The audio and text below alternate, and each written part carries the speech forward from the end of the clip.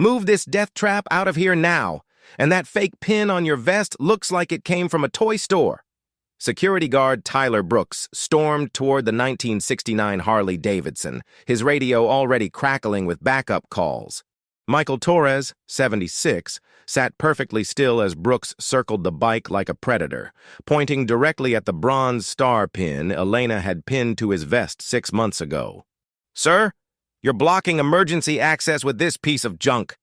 The metallic slam of patrol cart doors echoed as parking attendant Lisa Chen jumped out, marching straight toward Michael with her citation book already open.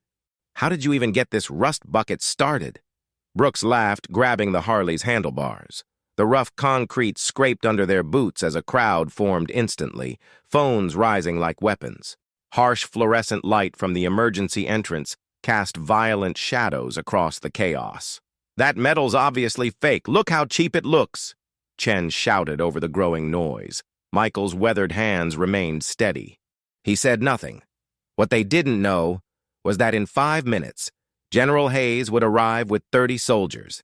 If you believe no veteran should be humiliated while visiting their wife's memorial, type honor below. Parking attendant Lisa Chen approached from the booth, her crisp blue uniform contrasting against the sterile hospital environment. "What's the situation here?" Her young, authoritative voice carried the confidence of someone who'd never been questioned. Michael remained motionless, the bronze star pin catching the afternoon sun. It wasn't just a medal, it was sacred ground. Elena had researched for weeks, visited 3 military surplus stores, and surprised him on their 50th anniversary. "You earned this 100 times over in Vietnam. Time everyone knew." She died 6 months later. The air conditioning units hummed overhead while patients and families streamed past like water around a stone. Michael's 1969 Harley Davidson sat perfectly positioned, blue paint faded but engine immaculate. 47 years of riding, never a single accident. "Sir, this is emergency parking only," Brooks announced loudly enough for nearby visitors to hear. "Military or not, you need to move that antique." Michael's calloused fingers gripped the handlebars. 3 bronze stars, 2 purple hearts, 47 years of faithful service to a country that now saw him as just another confused old man on an old bike. The warm afternoon breeze stirred the American flag hanging from the hospital's main entrance. Elena's room had been on the 4th floor, window facing the parking lot. She used to watch for his Harley every morning during visiting hours. "Is there a problem with his hearing?" Chen whispered to Brooks, loud enough for the growing crowd to notice. "Look at him just sitting there, staring off into space."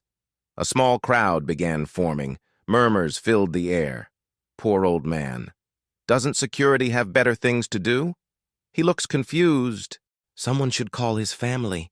The world split as it always does between compassion and judgment, especially when we don't know someone's story.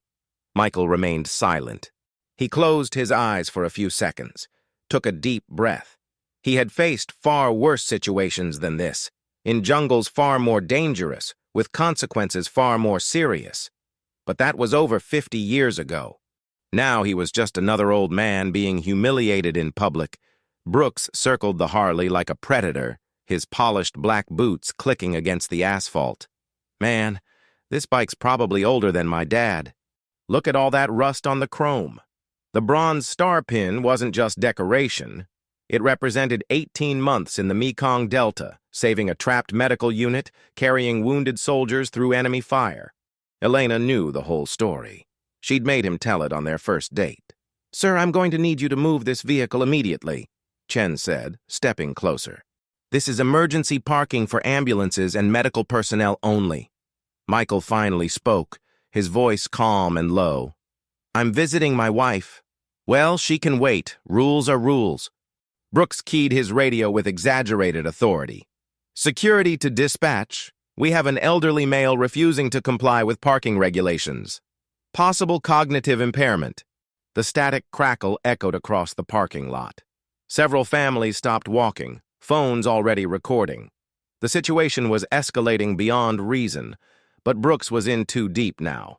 Backing down would mean admitting poor judgment. "Sir, step off the motorcycle now." Chen demanded, her voice carrying across the emergency entrance.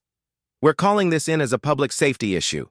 Michael remained seated, his weathered hands steady on the handlebars. The Bronze Star pin Elena had pinned to his vest 6 months ago caught the light, polished metal reflecting years of faithful service. "What is this thing anyway?" Brooks pointed directly at the pin, his voice dripping with skepticism. "Looks like something you'd buy at a costume shop." The crowd of onlookers felt the tension shift. Several people held their phones higher, sensing something significant was about to happen. An elderly woman in a wheelchair whispered to her daughter, "That's not right. That man served our country." "Sir, if you don't comply immediately, we'll have to call the police," Chen announced loudly. "You're creating a disturbance and blocking emergency access." Michael's blue eyes remained fixed on the hospital's 4th floor. Elena's window. Every Tuesday for 6 months, he'd parked in this exact spot. Every Tuesday, he'd spend 2 hours in the small chapel on the 2nd floor, then visit the memorial garden where her plaque rested among dozens of others. "I think he might be having some kind of episode," Brooks said to Chen, loud enough for everyone to hear. "Maybe we should call for a psychiatric evaluation." The hot concrete radiated waves of heat. The smell of disinfectant drifted from the automatic doors. The sound of sirens approached from the distance, an ambulance heading to the emergency entrance. "Move that bike now!" Chen shouted as the ambulance turned into the parking lot. "You're blocking emergency vehicles!" Michael looked at the approaching ambulance, then back at the Bronze Star pin on his vest. Elena's voice echoed in his memory. "So everyone knows you're my hero." He slowly began to dismount the Harley. Inside the hospital's administrative office, Roberto Martinez, a 45-year-old nurse and Iraq War veteran, watched the scene unfold through the window. He recognized something in the old man's posture, the quiet dignity of a soldier under fire. Roberto grabbed the phone and dialed the nearby military base. "Fort Stevens, this is Roberto Martinez at Memorial Hospital. We have a situation here. There's a veteran being harassed by our security team, and I think you need to know about it." The voice on the other end suddenly became very attentive. "Can you describe the veteran, sir?" "Elderly man, maybe mid-70s, riding a blue Harley. He's wearing what looks like a Bronze Star pin. Security is treating him like he's confused, but I'm telling you, this man has the bearing of someone who's seen serious combat. Hold on, sir. Can you see his face clearly?" Michael stood beside his Harley, one weathered hand resting gently on the Bronze Star pin. The cool metal warmed under his touch, Elena's final gift, her way of making sure the world knew who he really was. Nobody in the crowd could see the significance of that simple gesture. They saw an old man touching a piece of jewelry, but Michael felt Elena's fingers pinning it to his vest that last morning at home, her weak hands trembling with the effort. "So everyone knows you're my hero." The gentle afternoon breeze stirred his gray hair as he closed his eyes for just a moment. 47 years of marriage, 18 months in Vietnam, 53 years of quiet service afterward, teaching young soldiers, training medics, consulting on military strategy. He took a slow, deep breath. The scent of Elena's favorite perfume seemed to drift on the wind, white shoulders, the same fragrance she'd worn since their wedding day. Impossible, of course. But love creates its own reality.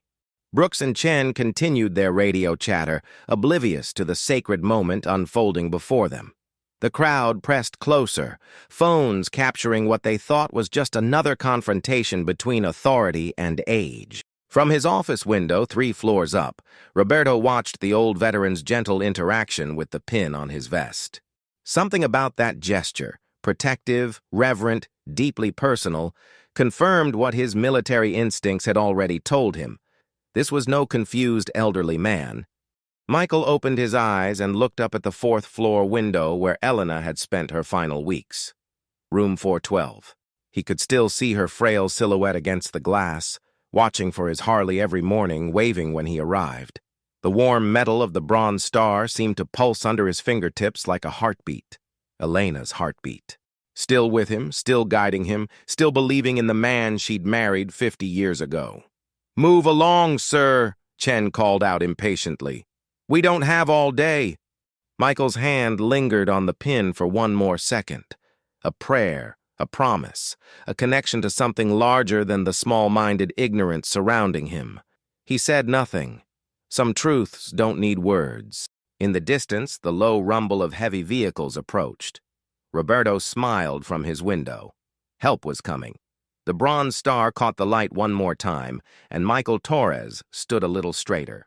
The sound came first, a deep rumble of engines that made the hospital windows vibrate. 8 military vehicles rounded the corner of Memorial Drive, moving in perfect formation toward the parking lot. From the lead Humvee, General William Hayes emerged, 58 years old, 3 stars gleaming on his uniform collar. He walked directly toward Michael Torres, completely ignoring the security guards. At 15 feet away, General Hayes stopped and snapped a perfect salute. "Captain Torres." The word hit the parking lot like lightning. Brooks and Chen exchanged panicked glances as 30 soldiers stepped out of the vehicles, forming a respectful perimeter around the scene. "General Hayes," Michael replied quietly, returning the salute with military precision that 40 years of civilian life hadn't diminished. "Sir, we were informed there was some sort of misunderstanding here," Hayes said, his voice carrying the authority of 3 decades in command. He turned to Brooks for the first time, his eyes cutting like steel. Who dared to harass Captain Torres? Brooks tried to recover some semblance of control. "General, sir, we were just enforcing parking regulations. This gentleman..." Hayes's voice rose, and all 30 soldiers took a synchronized step forward. "Officer, you're looking at Captain Michael Torres. 3 Bronze Stars, 2 Purple Hearts, and a Distinguished Service Cross." The crowd fell completely silent. Phone cameras continued recording, but now with reverence instead of curiosity. Hayes turned back to Michael, his formal demeanor softening slightly. "Sir, I need to tell these people what you did for us in the Mekong Delta." Michael shook his head gently. "That was a long time ago, General. Not for me, sir. Not for the 18 medics you carried out of that jungle." Hayes faced the crowd, his voice projecting clearly across the parking lot. "Captain Torres spent 6 hours under enemy fire moving wounded soldiers to safety. When our extraction helicopter was shot down, he organized the defense of a field hospital until backup arrived." Chen stepped forward nervously. "Sir General, we didn't know." "You didn't know because you didn't ask," Hayes cut her off. "You saw an elderly man on an old motorcycle and assumed he was confused, disoriented, or mentally impaired." Hayes gestured toward the Bronze Star pin on Michael's vest. "That Bronze Star isn't decoration, officer. It represents 18 months of daily courage in one of the most dangerous places on Earth." The general's voice carried across the parking lot, reaching the growing crowd of hospital staff, patients, and visitors who had gathered at windows and doorways. This man trained half the officers currently serving in the U.S. Army. After Vietnam, he spent 30 years developing combat medical protocols that have saved thousands of lives. Brooks tried one more time to justify their actions. "Sir, he was parked in emergency space. He was visiting his wife's memorial," Hayes interrupted, his voice now cold as winter steel. "Elena Torres. She died 6 months ago in this hospital. Captain Torres has been coming here every Tuesday since her funeral, spending time in the chapel and memorial garden." The shift in the crowd was immediate and profound. Murmurs of shame replaced earlier judgments. "Oh my God. His wife died here. We were filming him. That's terrible." Roberto Martinez emerged from the hospital entrance, walking directly to Michael. "Captain Torres, sir, I apologize for our staff's behavior. If there's anything you need..." Michael looked around at the faces surrounding him, some ashamed, others newly respectful, all finally seeing him as a human being with a story worth knowing. "I just wanted to visit Elena," he said quietly. General Hayes placed a hand on Michael's shoulder. "Roberto, is there a private entrance Captain Torres can use for his visits?" "Absolutely, sir. And designated parking whenever he needs it."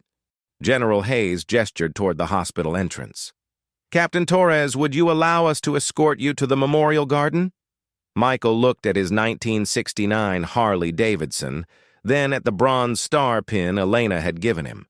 6 months of Tuesday visits, and this was the first time anyone had asked about his story rather than making assumptions about his appearance. I'd be honored, General.